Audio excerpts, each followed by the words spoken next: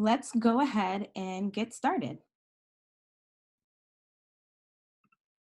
All right, so a little bit of a background. Again, just demonstrating how you can create, manage, and publish content in GitHub. And I'm going to be using a current and active project that I'm on as an example. So today, what we're going to learn is just the basics of how GitHub works. I know when I got started with GitHub, I was thrown a lot of different jargon like the PR, the merge, the repo, the branch, and I was very much confused. So we're going to clear some of that confusion up if you're definitely not familiar with those terminology and get really clear about that, especially as it relates to content management. We'll also I'll walk you through how you would access your repo, how you access markdown files, which is pretty much where content is being stored within a repository in GitHub. We'll also walk through how to make and publish content changes in GitHub, and I'll also give you a list of the tools that you'll need to do so, and then ultimately the way in which we track our work. All right, so let's get down and dirty into those GitHub basics. All right, so let's start. What is GitHub? Well, pretty much GitHub is the web interface of Git. Git is pretty much version control for developers. So it's typically used by developers. It pretty much allows multiple people to make changes to a program at the same time. So when I say program, it could be, for example, like the website that I'm working on, right? So for example, like Jill needs to add a whole new frequently asked question to the website, while Jack actually needs to make an edit to some other frequently asked question on the website. They could both be making that change on their local computers. And then what GitHub allows them to do is once they're done, submit those changes and it all gets moved in to one copy. And pretty much they can do this work together without getting in each other's way. So that's really what GitHub is all about. So let's get into that GitHub jargon that you will likely hear when you're working on a content project within Git. The first term that you'll hear, and pretty much the first place you'll start, is a repository. A lot of folks will call this the repo. Pretty much every project that you would work on would in GitHub would be called a repository. So here is just an example of what one looks like, particularly for the project that I am working on. If you look up at the top where it's 18f/CV_FAQ, that is the name of this particular repo. And what you'll notice is that it's pretty much a folder for all of the files that make up this repository. So you'll see here we have that folder for like content that's in here. We also have like this other files here about how this repository is organized. It also just stores the revision history of all of these files. So think of your repo as your folder for your project.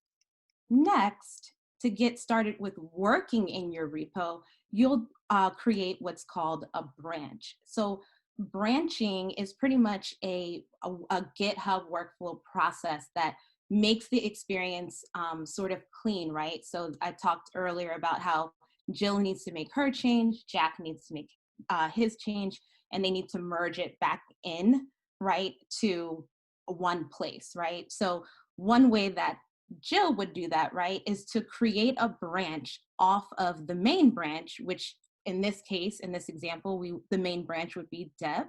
So Jill would come here and make a new branch and title it something specific that relates to her work, for example. So in this case, maybe content that's added on March 26th, so 3/26, and they would go ahead and create that.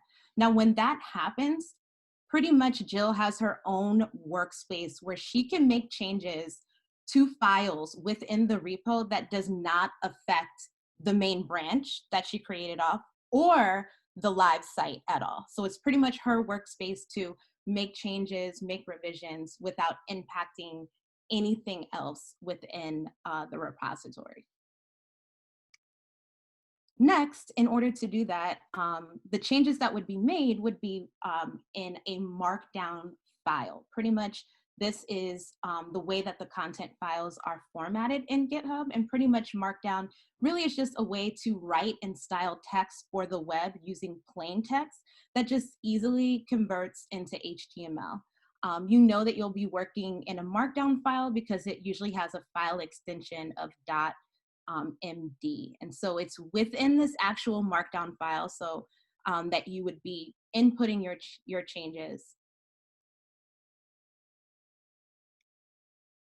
Next, once you do that, you would commit the changes. So think about committing changes as you're saving a new version of the file that you are working on. A commit happens when you're either adding, editing, or deleting a file within your repository. That's what it means to commit a new file.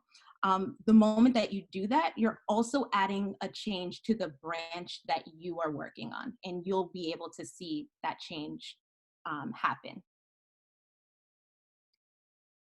From there, once you have made a change to the Markdown file, committed it, and pushed it up to the branch that you are working on, the next thing that you would want to do is you would want to move the change that's happening on your branch, right? Because we're on a branch where it's not impacting the main branch that all the information is on or the live site, but we want it to, right? We want to move that change into the main branch that will ultimately impact the live site. What you need to do is a pull request. So pretty much a pull request is asking for your changes, the changes on your branch, to be pulled in or merged into another branch. So in this example I have here, I had made changes to the content 330 branch that I want to now merge into Deb. So I would make a request here, and I would go ahead and let my other teammates know that, hey, I made some changes to these specific files. So definitely when you're doing a pull request, you want to get specific about the things that you worked on, the things that you changed. You'll also notice that within your pull request, it will list the commits, or in other words, the new saved versions of any of the files that you may have worked on. So these were the 5 different changes that I made that I now want to pull in from my branch into the dev branch. And then the next thing that you would want to do is have someone review those changes. So a pull request also gives you a way to start to discuss your work and have someone take a look at it and have everyone agree that yes, the changes that you made should be pulled in and published ultimately. So then next, when that does happen, when you do get an approval on your pull request, your changes are then merged. So you'll hear the term merge or merged, and that's when these changes are actually pulled in from your branch into the new branch. And so those changes will ultimately, any changes that are merged will ultimately move on in the process of being published and deployed in the live site.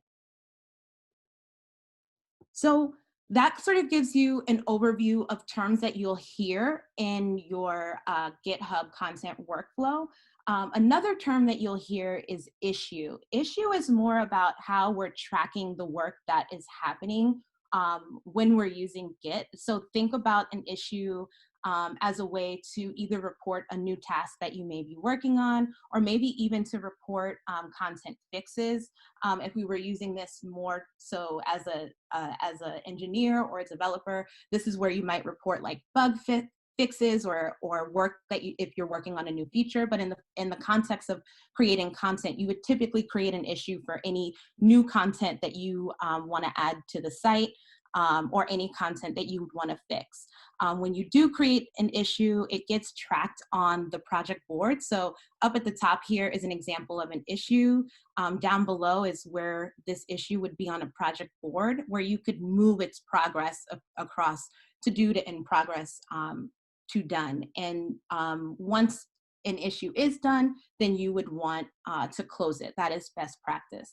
I also want to note here too that especially when you are working to create content on Git, typically that content creation is happening outside of this platform, right? It's probably happening in Word, it's probably happening in a Google Doc.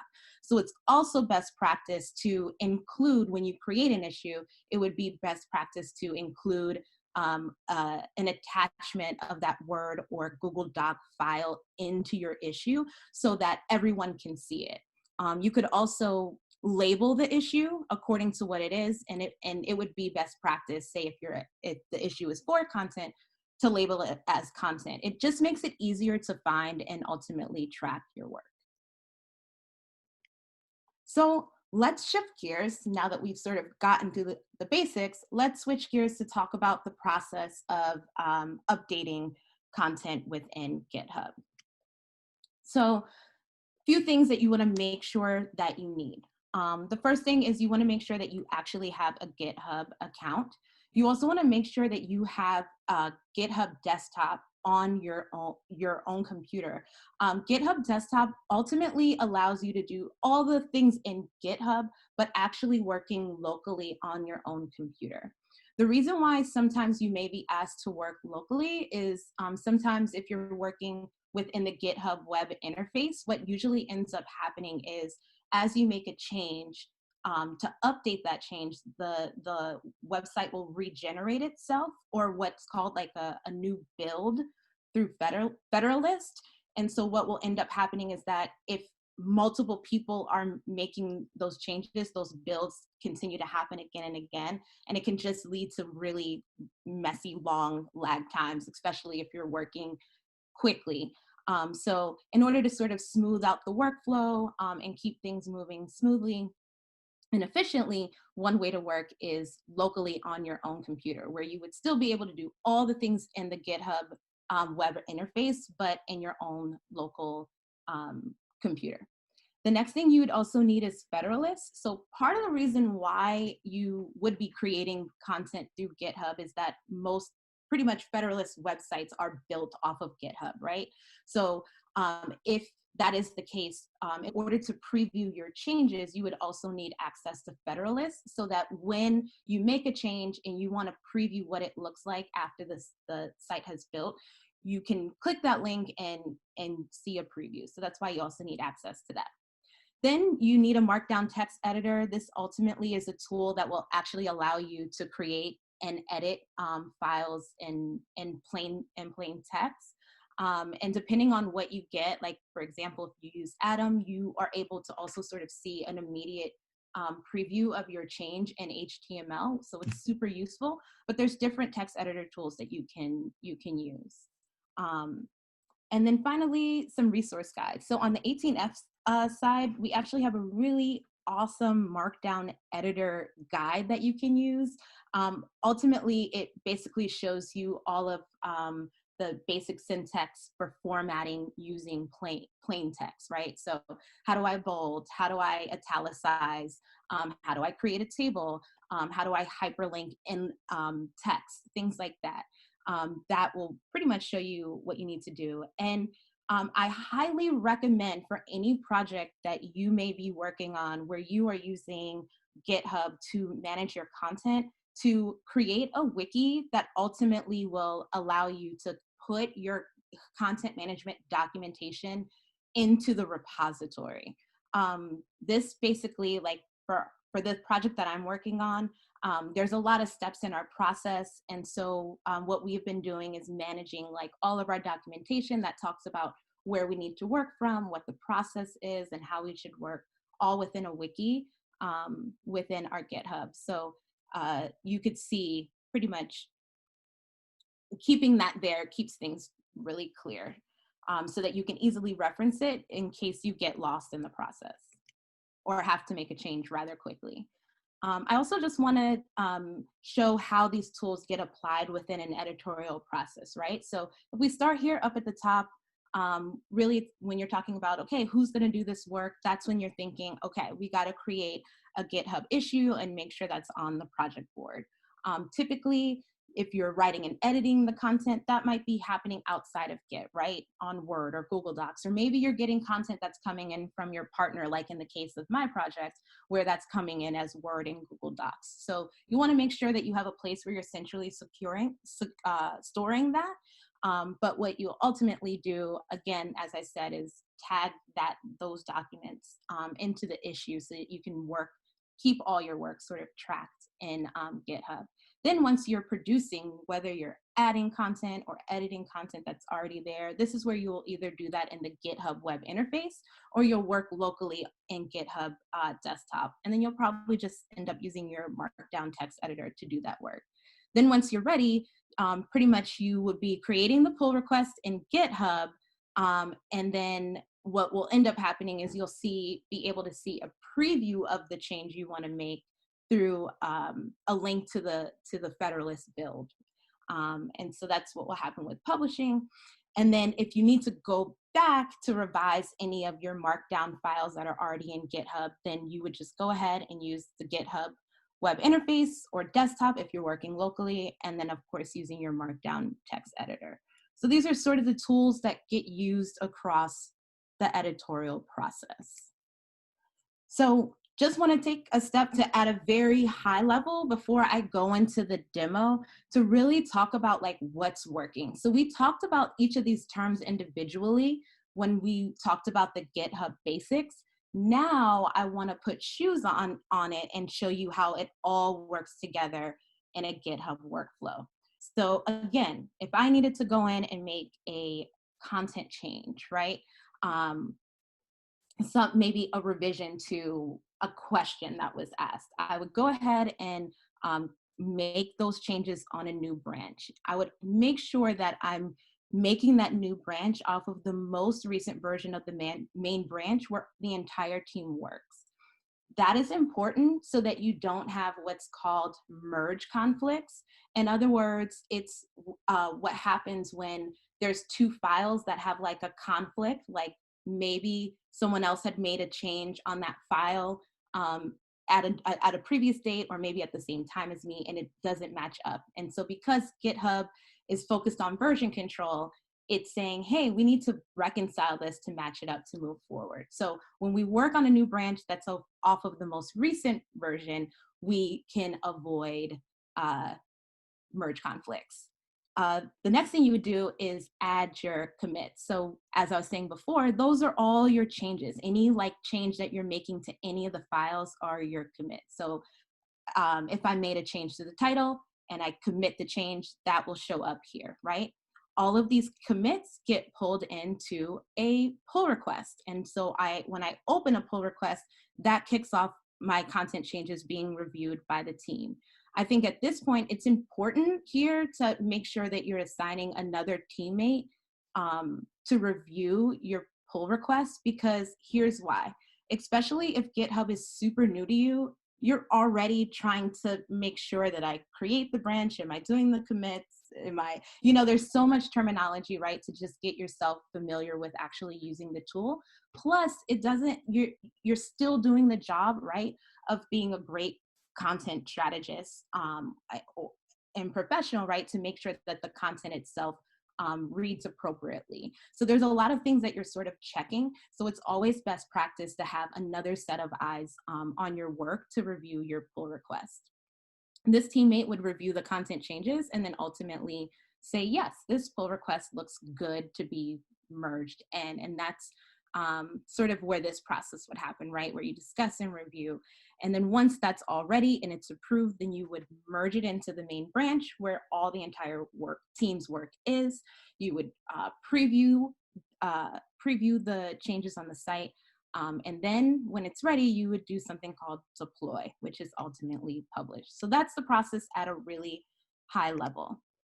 So I want to switch gears now to get into the demo. And again, this is from an active project that I am working on. So the goal of this is to just show you the very high level general steps. However, depending on the project that you may be working on or the working style of your team, some of these work processes may be different from you than what I'm demonstrating here. So I just want to acknowledge that.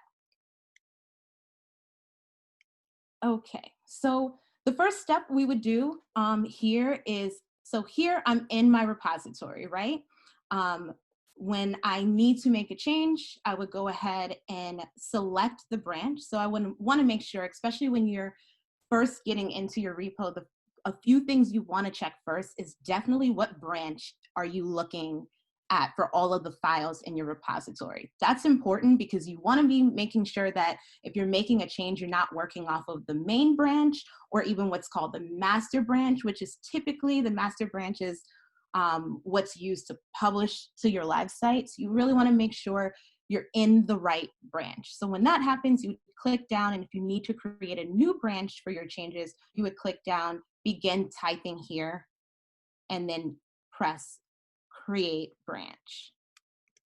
Once you do that, I would recommend, for at least within our process, we tend to work locally off of a new branch that we create in GitHub Desktop. So this is a view of what it looks like on my GitHub Desktop. When you get into your GitHub Desktop, a few best practices. One, make sure you're working on the current repository, and also make sure that it is current. So you've cloned the proper repository where the change should be. Also make sure that you are in the correct branch. And then you'll also want to make sure that you have the most recent version of that branch as well, because again, that can also lead to merge conflicts. So when you get into your GitHub Desktop, this bar at the top is so important. Am I in the right repository?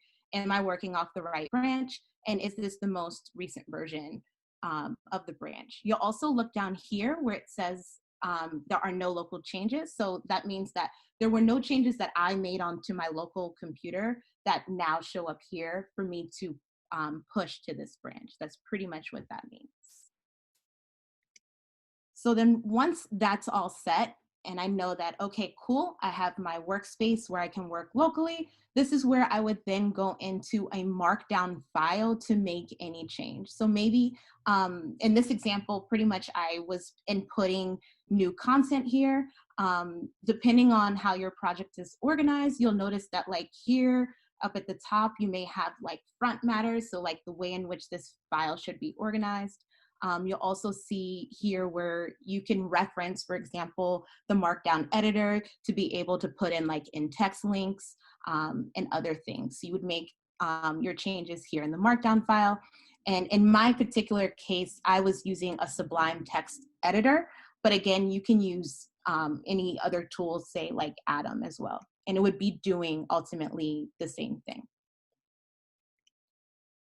So the next thing that you would do is you would go back to your GitHub desktop to make sure that the change in this file is now showing up. So when you first got into your GitHub, it said, hey, there's no changes, local changes that you've made off of your computer. Now that I did make a change, you would be able to see, hey, you have one changed file here. Once you see that, you'll look over here towards the right, and you would see what the addition is. So typically if there's additions of text, or any change rather, is probably the better way to put it. Any change usually shows up in green. And if there's a removal or something, or a change of one thing to another, it's usually marked in red. Once you see like, yes, this is what I added, this looks good to me, you would come over here, you would put a descriptive name of what the change is, maybe some added description if you wanted to further clarify more about what change you're making to the branch, and then you would come down here and press commit. That now saves this change to the branch that you are working on. From there, you would want to pull your change in to the main branch where everyone works off of. And so you would go in and create a pull request. So in this example, you see where I want to pull in my changes from content 330 branch into dev. I think the most important thing when you are creating a pull request is to first make sure that you are merging into the appropriate place, right? Like you want to pull that information into the appropriate branch. So again, just always make sure that you or checking the branches that you're working from. If you needed to change this at all, you could, but that's always the best bet. Just make sure that whatever change you're making is going to the appropriate branch. The next thing you'd want to make sure you do is, again, have a descriptive title about exactly what it is that you're, what change you're requesting to be pulled in, as well as a description as well. So being really specific about what you're adding here.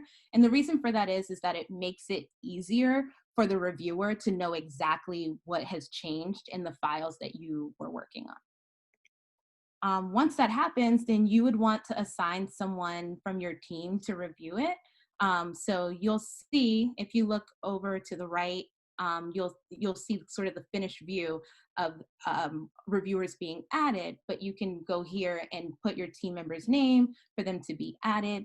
And then at that point, once the pull request is created, you just wanna, there's a few things that you wanna make sure you're doing is one, again, you'll see where there's a record of all the commits that you made, so checking that out. And the other thing you'll want to do is there's a tab in your pull request called Files Changed, and that's where you'll see the specific files and what has changed in those specific files.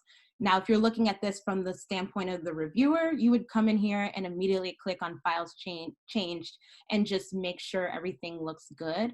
Another best practice is typically what will happen when you create a pull request is that it will trigger a Federalist build and give you an opportunity to preview what the change could look like on the site.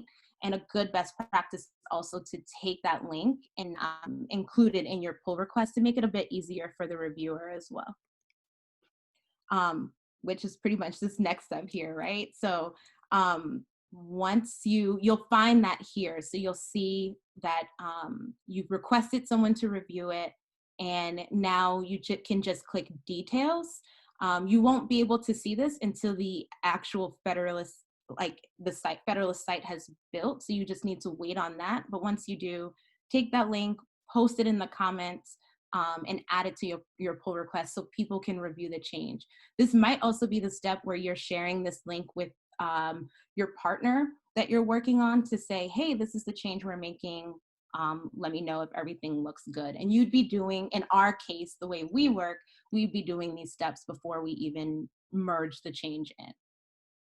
Once everybody's on the same page and it's approved, you just come down here and press the merge pull request button, and it will give you this indication at the top, merged, and then you'll again see a record of everything that has happened here.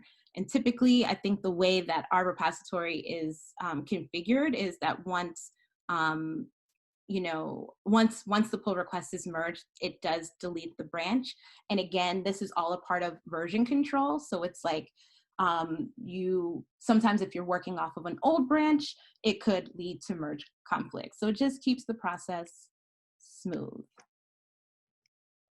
So finally, once you've done all those steps from the perspective as the content manager, creator, strategist, you're ready to publish. So in the case of our process, this is typically where we're consulting a developer to help us to deploy or publish the change.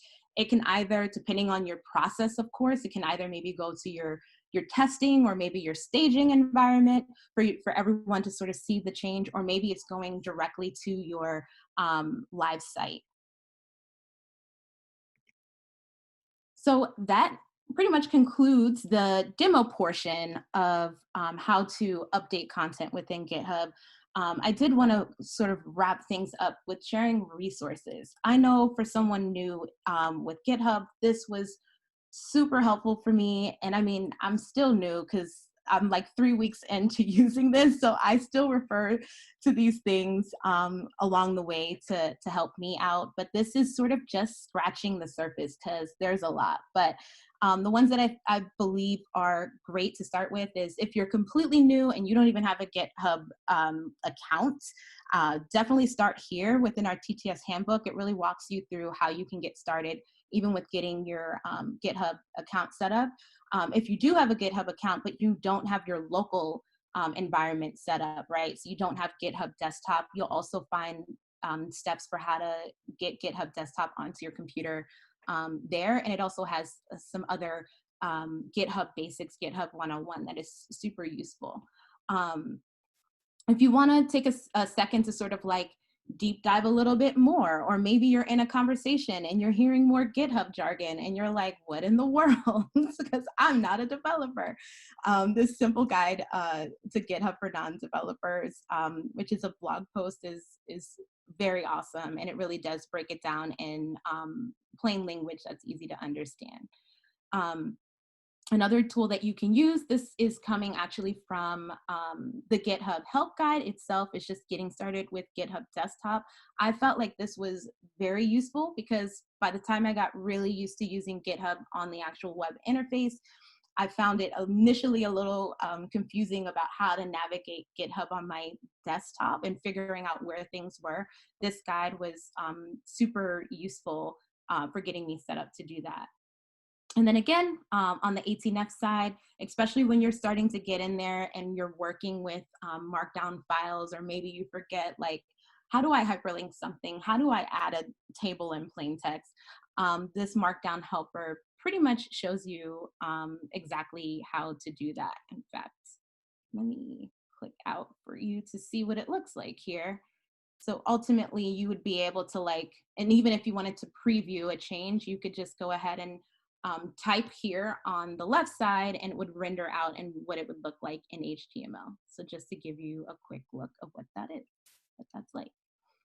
And then finally, there's also another markdown cheat sheet that gets into the nitty gritties of formatting. So thank you so much for your time and attention today. I hope that you were able to learn how to just get started with creating and managing content in GitHub. Thank you so much.